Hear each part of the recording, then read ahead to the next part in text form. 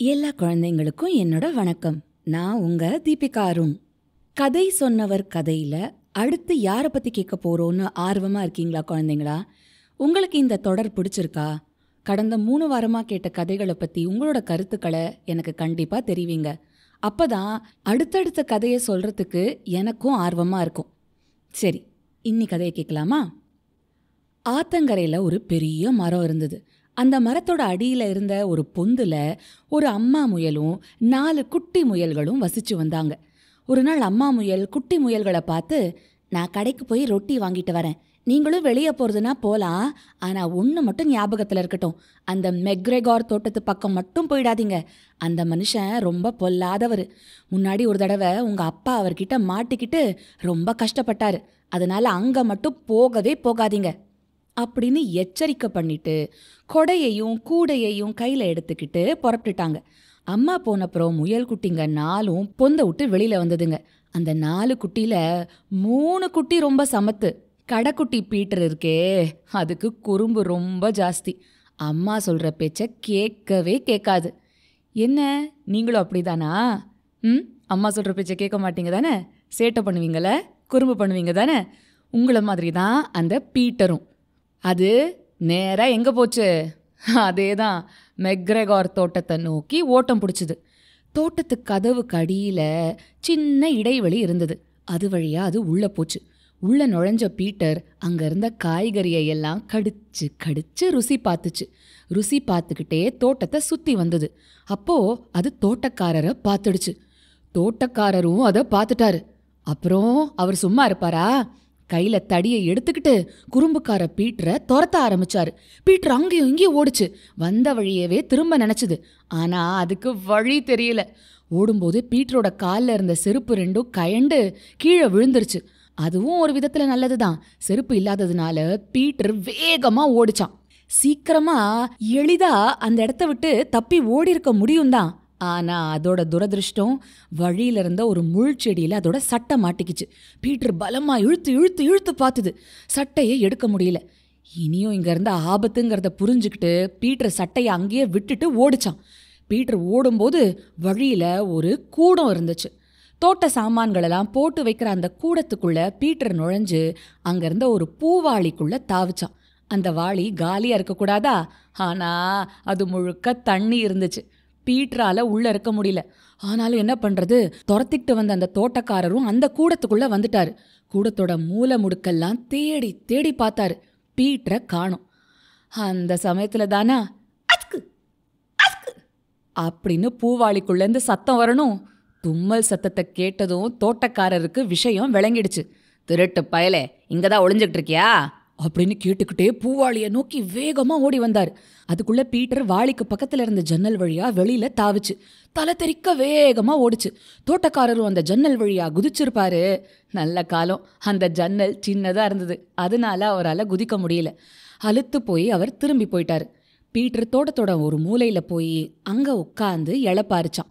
அப்போ சுத்து சுவர்ல ஒரு கதவு தெரிஞ்சது. அந்த கதவு நல்லா பூட்டி இருந்துச்சு. அதோட அடியில சின்ன இடைவெளி இருந்தது. அந்த வழியா ஒரு கிழட்டு எலி காய்கறிகளை திருடிக்கிட்டு போறதும் வரதுமா இருந்தது. ஆனா அந்த சின்னஞ்சிறு இடைவெளி வழியா நல்லா கொழு கொழுன்னு இருந்த பீட்டரால எப்படி போக முடியும்? எலிய பார்த்து, வேற ஏதாவது வழி இருக்கா அப்படின்னு பீட்டர் கேட்டுச்சான். அதுக்கு அந்த கிழட்டு எலி ஒரு வார்த்தை கூட பேசல. அப்புறம் அங்க இருந்த ஒரு குட்டையோட ஓரமா உட்கார்ந்திருந்த வெள்ளை பூனை கிட்ட போச்சான். அதுகிட்ட வழி கேட்க நினைச்சுதான். ஆனா கேட்கல. காரணம், பூனைனாலே பீட்டருக்கு ரொம்ப பயம். ரொம்ப நேரம் இங்கேயும் அங்கேயும் அலைஞ்சுது. கடைசியில தற்செயலாதான் வந்த வழிய கண்டுபிடிச்சுது. உடனே அந்த கதவு இருக்கிற இடத்த நோக்கி வேகமா ஓடிச்சு. வழியில தோட்டக்காரர் நின்றுட்டு இருந்தாரு. ஆனா நல்ல காலம், அவர் பீட்டரை பார்க்கல. பீட்டர் கதவு கடியில விருட்டுன்னு புகுந்து வெளியில ஓடிடுச்சு. அப்புறம் திரும்பி பார்க்கவே இல்லை. வீட்டுக்கு வந்துதாங்க ஓட்டத்தை நிறுத்திச்சான். ரொம்ப களைப்பா இருந்ததுனால பேசாம வீட்டோட ஒரு மூலையில போய் படுத்துக்குச்சு. சட்டையையும் செருப்பையும் தொலைச்சிட்டு வந்த பீட்டரை பார்த்ததும் அம்மா முயலுக்கு ரொம்ப வருத்தமா இருந்தது. அடிக்கடி இப்படி எதையாவது தொலைச்சிட்டு வருதே அப்படின்னு முணுமுணுத்தாங்க. அன்னைக்கு முழுக்க பீட்டருக்கு உடம்பு சரியில்லை. அம்மா முயல் கஷாயம் பண்ணி பீட்டருக்கு கொடுத்துது. கசப்பான அந்த கஷாயத்தை கண்ணை மூடிக்கிட்டு மடக்கு மடக்குன்னு பீட்டர் குடிச்சுது. அப்போ மற்ற 3 முயல் குட்டியும் கண்ணை நல்லா திறந்து வச்சுக்கிட்டு அம்மா கொடுத்த ரொட்டியையும் பாலையும் சந்தோஷமா சாப்பிட்டுச்சான். என்ன குழந்தைங்களா, இந்த கதையை நீங்க படிச்சிருக்கீங்களா, கேட்டிருக்கீங்களா? இல்லையா? கேட்டிருக்கீங்களா? சரி சரி, இந்த கதையை எழுதுனது யாரு உங்களுக்கு தெரியுமா? ஓ, அங்க யாரோ ஒருத்தர் சொன்னாங்களே, சபாஷ். இந்த கதையில வர பீட்டருங்கிற முயல்குட்டி பிறந்தது 1893. ரொம்ப கஷ்டமா இருக்கா தமிழ் எண்கள்? கஷ்டமே இல்லை குழந்தைங்களா, பழக்கம்தான் காரணம். நம்ம தமிழில் வார்த்தைகளை பேசும் போதும் படிக்கும் போதும் கேட்கும் போதும் தான் அது நமக்கு சுலபமாகும். 1893னா என்னன்னு உங்கள் அப்பா அம்மாவை கேளுங்க. 1893 வருஷம் செப்டம்பர் மாதம்தான் பீட்டருங்கிற இந்த முயல்குட்டி பிறந்துச்சு. ஆமாம், அப்போ தான் இந்த கதையை பியாட்ரிக்ஸ் பாட்டர் அப்படிங்கிற 27 வயசு பெண்மணி முதலாக சொன்னார். யார்கிட்ட சொன்னார்? குழந்தைங்களெல்லாம் கூப்பிட்டு வச்சு அவங்கக்கிட்ட இந்த கதையை சொன்னாரா? இல்லை ஒருவேளை கூட பிறந்த தம்பி தங்க அவங்கக்கிட்டலாம் சொல்லியிருப்பாரோ? அதுவும் இல்லை. அப்படின்னா யார்கிட்ட தான் இந்த குறும்புக்கார முயல்குட்டியோட கதையை முதலாக சொல்லியிருப்பாங்க? அவருக்கு வெளியூரில் ஒரு சிநேகிதி இருந்தா. அந்த சிநேகிதிக்கு 6 வயசில் ஒரு பையன் இருந்தான். அவன் பேர் நோயல் மூர். அவனுக்கு அப்போது உடம்பு சரியா இல்லை, படுத்த படுக்கையாக இருந்தான். அந்த பையனோட உடம்பை பற்றி தெரிஞ்சுக்கிட்ட பியாட்ரிக்ஸ் பாட்டர் ரொம்ப வருத்தப்பட்டார். பாவம், நல்ல பையன், சுறுசுறுப்பானவன், இப்படிதான் படுத்தபடியே இருக்கானோ அப்படின்னு கவலைப்பட்டாங்க. நோயை மறந்து அவன் மகிழ்ச்சியோட இருக்கிறதுக்கு நம்மளால என்ன பண்ண முடியும் அப்படின்னு யோசிச்சு பார்த்தாங்க. கடைசியில் அவங்களுக்கு ஒரு யோசனை வந்தது. உடனே அவங்க ஒரு காகிதத்தை எடுத்தாங்க. வேடிக்கையாக ஒரு கடிதம் எழுதினாங்க. அந்த கடிதத்தில், அன்புள்ள நோயலுக்கு, இப்போ நான் உனக்கு ஒரு கதை சொல்ல போகிறேன் அப்படின்னு ஆரம்பிச்சு, நீங்கள் இப்போ கேட்டீங்களே அந்த முயல்குட்டியோட கதையை அழகாக சுவையாக எழுதி முடிச்சாரு. கதையை மட்டும் எழுதி அனுப்பினா உடல் நலம் சரியா இல்லாத அந்த பையன் விரும்பி படிப்பானோ மாட்டானோங்கிற சந்தேகம் அவங்களுக்கு இருந்தது. உடனே கதைக்கு ஏத்த மாதிரி அவங்களே அழகழகா படங்களை வரைஞ்சாங்க. அப்புறம் அந்த கதை கடிதத்தை அந்த சிறுவனுக்கு அனுப்பி வச்சாங்க. அந்த சிறுவனும் முதல்ல படங்களை தான் பார்த்தான். உடனே கதையை படிக்கணும்னு ரொம்ப ஆசையாயிடுச்சு அவனுக்கு. ஆர்வத்தோட படிச்சான். ஒரு தடவை இல்லை, நிறைய தடவை படிச்சான். படங்களை பார்த்து பார்த்து படிச்சான். படிக்க படிக்க அவனோட உள்ளத்துல உற்சாகம் பொங்கிச்சான். அம்மா அம்மா, இந்த குறும்புக்கார முயல்குட்டியோட கதை எவ்வளோ நல்லா இருக்கு, நல்ல நல்ல படம்லாம் இருக்கு. அம்மா இதை பாரு, கதையை நான் படிக்கட்டுமாமா, நீ கேட்குறியா அப்படின்னு ரொம்ப சந்தோஷமா கதையை படிக்க ஆரம்பிச்சான். அப்போ அவனோட அம்மாவோட முகத்தை பார்க்கணுமே, எவ்வளோ ஆனந்தம். கடிதம் கிடைக்கிறதுக்கு முன்னாடி இவனோட முகம் எப்படி வாடி போயிருந்துச்சு, இப்போ எவ்வளோ மலர்ச்சியோடு இருக்கு. என்னோட சிநேகிதிக்கு நான் ரொம்ப நன்றி சொல்லணும் அப்படின்னு மனமாற வாழ்த்தினாங்க. அன்னைக்கு அந்த பையனை சந்தோஷமாக்கின அந்த கதை இன்னைக்கு எத்தனையோ பசங்களை சந்தோஷமா உணர வச்சுட்டு இருக்கு. இந்த கதை முதல்ல ஆங்கிலத்தில் தான் எழுதப்பட்டது. ஆனால் இப்போ உலகத்தில் இருக்கிற பல மொழிகளில் வெளிவந்திருக்கு. தமிழில் கூட முயல்குட்டி முத்துங்கிற பேரோட இந்த புத்தகம் வெளிவந்திருக்கு. எந்த மொழியில் இந்த கதை வெளியில் வந்தாலும் அதில் இருக்கிற படங்கள் பியாட்ரிக்ஸ் பாட்டர் அன்னைக்கு வரைஞ்ச படங்களை மாதிரியே இருக்கிறத நீங்கள் கவனிக்கலாம். காரணம், அவங்க வரைஞ்ச அந்த படங்கள் ரொம்ப அழகாக இருந்துச்சு, ரொம்ப உயிரோட்டத்தோடு இருந்துச்சு, குழந்தைங்களோட உள்ளத்தை கவர்ற மாதிரி இருந்துச்சு. ஒருத்தரே கதையையும் எழுதி அதுக்கேற்ற படங்களையும் வரைகிறதுங்கிறது அவ்வளோ சாதாரண விஷயம் இல்லை. அதுலேயும் உலகம் முழுக்க புகழற ஒரு கதையை எழுதி அதுக்கேற்ற படங்களையும் பியாட்ரிக்ஸ் பாட்டர் வரைஞ்சிருக்கிறது நமக்கெல்லாம் ரொம்ப வியப்பாக இருக்குல்ல. இவ்வளோ வியப்பை தர இந்த எழுத்தாளரோட வாழ்க்கையுமே ரொம்ப வியப்பாக தான் இருக்கும். பெரிய பணக்கார குடும்பத்தில் அவங்க பிறந்தாங்க. லண்டன் மாநகரில் அரண்மனை மாதிரி ஒரு பங்களாவில் வளர்ந்தாங்க. இப்போ ஆயிரக்கணக்கான குழந்தைங்களை சந்தோஷப்படுத்துகிற இவங்க குழந்தையா இருந்தப்போ சந்தோஷம்னா என்னங்கிறதையே தெரியாமல் வாழ்ந்தாங்க. பணக்கார வீட்டில் ஏண்டா பிறந்தோன்னு யோசிச்சு அவர் வருத்தப்படுவாராம். இதுக்கு ஒரு காரணமும் இருந்தது. அவங்களோட அம்மா அப்பா ரொம்ப கண்டிப்பானவங்க. வெளியில் போகக்கூடாது, மற்ற குழந்தைங்களோட சேர்ந்து விளையாடக்கூடாதுன்னெலாம் அடிக்கடி உத்தரவு போடுவாங்க. எதுக்காக வெளியில் போகணும்? அரண்மனை மாதிரி வீடு இருக்கு, அழகான தோட்டம் இருக்கு, ஏழை குழந்தைங்களோட சேர்ந்தா கெட்டு போயிடுவேன் அப்படின்னு சொல்லுவாங்க. சரி, பள்ளிக்கு போய் மற்ற குழந்தைங்களோட சேர்ந்து இருக்கலான்னு பார்த்தா அதுக்கும் வழி இல்லை. பணக்கார குழந்தை பள்ளிக்கூடத்துக்கு எதுக்கு போகணும்? ஆசிரியைக்கு சம்பளம் கொடுத்தா வீடு தேடி வந்து பாடம் சொல்லி கொடுத்துட்டு போறாங்க அப்படிங்கிற நினைப்பு பியட்ரிக்ஸ் பாட்டரோட அப்பா அம்மாக்கு.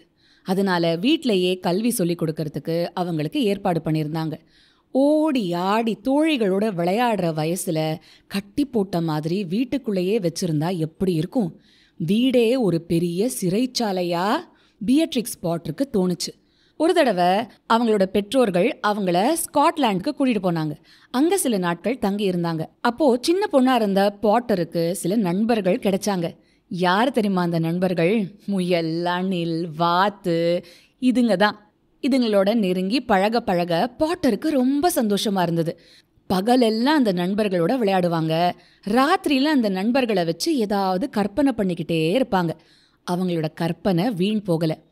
பிற்காலத்துல முயல்குட்டி பீட்டுற மாதிரி நிறைய அற்புதமான கதைகளை எழுதுறதுக்கு அந்த கற்பனை தான் அவங்களுக்கு ரொம்ப உதவியா இருந்தது. பியட்ரிக்ஸ் பாட்டரை வீட்டுக்குள்ளேயே அடைச்சி வைக்காம ஸ்காட்லாண்டுக்கு அழைச்சிட்டு போனது மற்ற குழந்தைங்களுக்கெல்லாம் நன்மையா முடிஞ்சிருச்சுல்ல. அங்க போனதுனால தானே முயல், அணில், வாத்து இதோடலாம் பழக முடிஞ்சுது. அப்படி பழகினதுனால தானே அழகான கதையெல்லாம் குழந்தைங்களுக்கு சொல்ல முடிஞ்சுது. பாட்டர் வளர வளர அவங்களோட கற்பனையும் வளர்ந்துச்சு. ஆனாலும் அவங்களுக்கு நகர வாழ்க்கை பிடிக்கவே இல்லை. லண்டனை விட்டு எங்கேயாவது ஒரு கிராமத்துக்கு போய் நிம்மதியா இருக்கணும் அப்படின்னு அடிக்கடி நினைப்பாங்களாம். ஆனாலும் அவங்க அப்பா அம்மா அதுக்கு இடம் கொடுக்கவே இல்லை. கிராம வாழ்க்கையை நினைச்சுக்கிட்டே அணிலையும் முயலையும் வாத்தையும் கதாநாயகர்களா வச்சு கதைகளை எழுத ஆரம்பிச்சார்.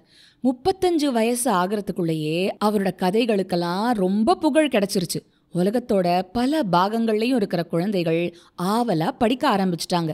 இதனால அவரோட புத்தகங்கள் நல்லா விற்பனையாக ஆரம்பிச்சுது. நாளுக்கு நாள் விற்பனை வளர வளர அவரோட வருமானமும் வளர்ந்துச்சு. தான் எழுதி சம்பாதிச்ச பணத்தை வச்சுக்கிட்டு லண்டனுக்கு கொஞ்சம் தூரத்துல இருக்கிற ஒரு கிராமத்துல அவங்க ஒரு பண்ணைய விலைக்கு வாங்கினாங்க. அடிக்கடி அந்த பண்ணைக்கு போயிட்டு வருவாங்க. அப்படி போய் அங்க பொழுது போக்குறதுல அவங்களுக்கு அப்படி ஒரு சந்தோஷம், ஆனந்தம். செல்வமும் புகழும் இருந்தும் அவங்க ரொம்ப நாள் வரைக்கும் கல்யாணமே பண்ணிக்கல. தன்னோட 47வது வயசுல தான் அவங்க கல்யாணம் பண்ணிக்கிட்டாங்க. வில்லியம் ஹீலிஸ் அப்படிங்கிற ஒரு வக்கீல கல்யாணம் பண்ணிக்கிட்டு 2 பேரும் நகரத்தை விட்டு கிளம்பி பண்ண இருக்கிற கிராமத்துக்கு போய் அங்கேயே சந்தோஷமா வாழ ஆரம்பிச்சாங்க. 77 ஆண்டுகள் இந்த உலகத்துல வாழ்ந்த பியட்ரிக்ஸ் பாட்டர் எக்கச்சக்க குழந்தைங்களோட மனசுல இன்னிக்கும் வாழறாங்க, என்னென்னிக்கும் வாழ்வாங்க. என்ன குழந்தைங்களா, பீட்டர் ராபிட் கதையை படிக்கணும்னு ஆசையா இருக்கா? பீட்டர் ராபிட்டை தவிர இவங்க எழுதின இன்னும் சில கதைகளோட பேரையும் நான் சொல்கிறேன்.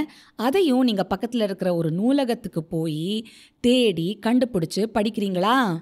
சபாஷ். டாம் கிட்டன் அப்படிங்கிறது இன்னொரு கதையோட பேர். ஜெமீமா படில் டக், ஜெரிமி ஃபிஷர், ஸ்குவிரில் நட்கின், இதெல்லாம் தான் பியட்ரிக்ஸ் பாட்டர் எழுதின இன்னும் சில கதைகள். கண்டிப்பா இதை நீங்க தேடி படிங்க, சரியா? அடுத்த வாரம் இன்னொரு கதை சொன்னவர் கதையோட நான் உங்களை சந்திக்கிறேன். அது வரைக்கும் சிரிச்சுக்கிட்டு கிரிச்சுக்கிட்டு சந்தோஷமா இருங்க.